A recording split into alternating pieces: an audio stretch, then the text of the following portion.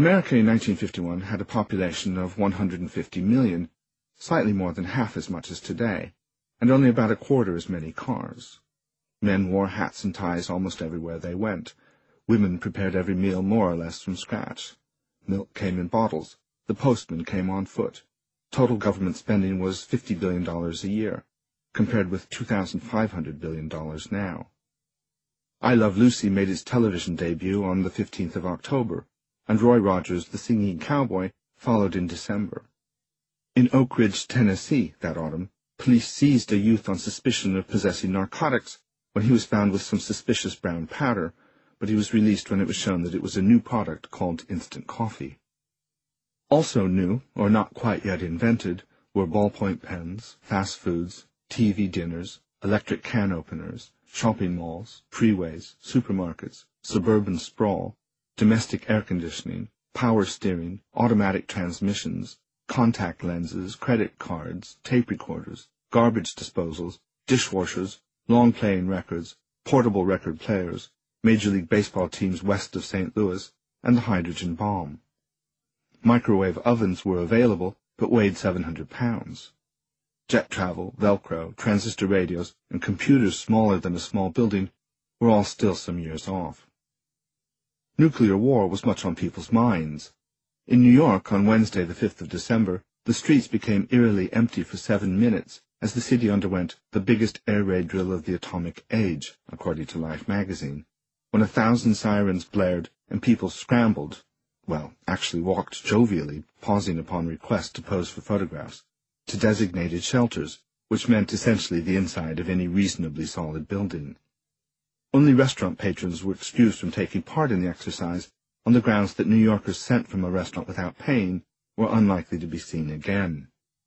Harper's Magazine in December struck a somber economic note with an article by Nancy B. Mavity on an unsettling new phenomenon, the two-income family, in which husband and wife both went out to work to pay for a more ambitious lifestyle. Mavity's worry was not how women would cope with the demands of employment on top of child-rearing and housework, but rather what this would do to the man's traditional standing as breadwinner. "I'd be ashamed to let my wife work," one man told Mavity tartly, and it was clear from her tone that Mavity expected most readers to agree. Remarkably, until the war, many women in America had been unable to work whether they wanted to or not. Up until Pearl Harbor, half of the 48 states had laws making it illegal to employ married women. All our meals consisted of leftovers. My mother had a seemingly inexhaustible supply of foods that had already been to the table, sometimes several times. Apart from a few perishable dairy products, everything in the fridge was older than I was, sometimes by many years. Her oldest food possession of all, it more or less goes without saying, was a fruitcake that was kept in a metal tin and dated from the colonial period. I can only assume that my mother did all of her cooking in the 1940s so that she could spend the rest of her life surprising herself with what she could find under cover at the back of the fridge.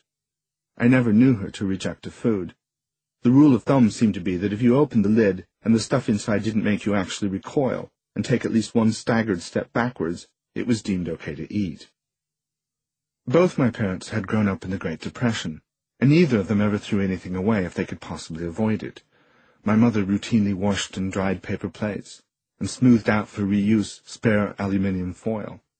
If you left a pea on your plate, it became part of a future meal.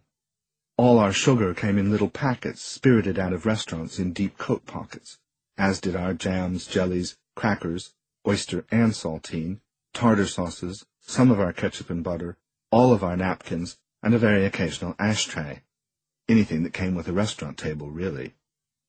One of the happiest moments in my parents' life was when maple syrup started to be served in small disposable packets, and they could add those to the household hoard.